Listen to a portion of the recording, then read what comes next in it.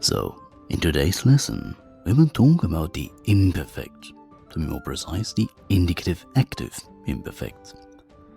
You see, the indicative, which again is the normal mode, all tenses carry both time, which is when, and aspect, which is how. So, the present is ongoing, it is durative. For example, lyö ton hippon. I'm loosening the horse. This focuses on the process happening right now. The future is intentional. Lyso ton hippon. I will loosen the horse. This simply states what is going to happen next. And the imperfect is also ongoing, but in the past. Elyon ton hippon.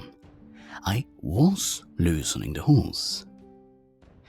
Think of this as a video of a past action that was in progress.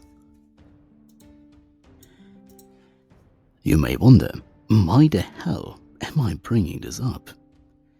Well, the reason is that we have also a tense called aorist, and there we have a strong and weak aorist, but we will deal with that at a later lesson. For now though, there is only one important aspect I want to draw your attention to.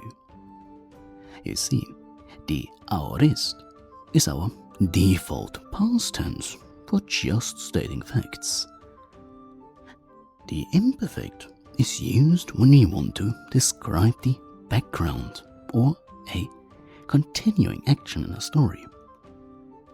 As I said, the imperfect is like a video of the past. The aorist is more like a snapshot.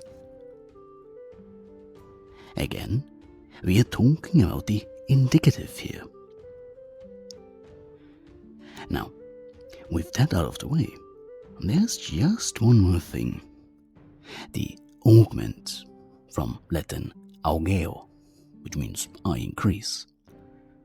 And the augment marks the past time, thus it is for imperfect, aorist, and plusquamperfect.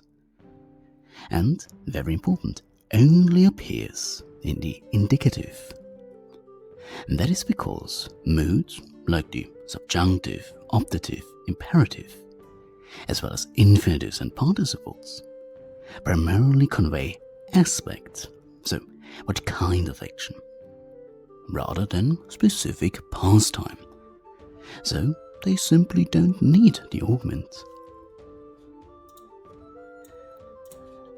You may wonder, isn't there a tense missing? And yes, the perfect tense is missing here.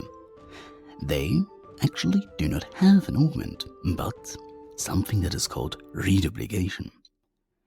But as for the augments and reduplication, I will dedicate the entire next lesson to this. See it as a one and done kind of thing.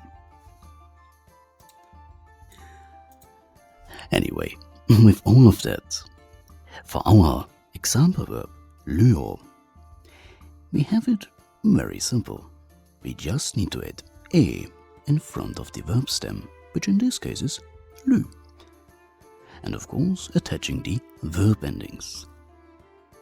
Thus, we have the following: lyon, lyös, lyen, lyomen, lyete, and lyon.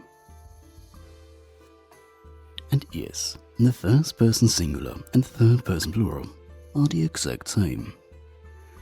Also, a little side note, ancient Greek does have a dual, but for now we can leave it aside.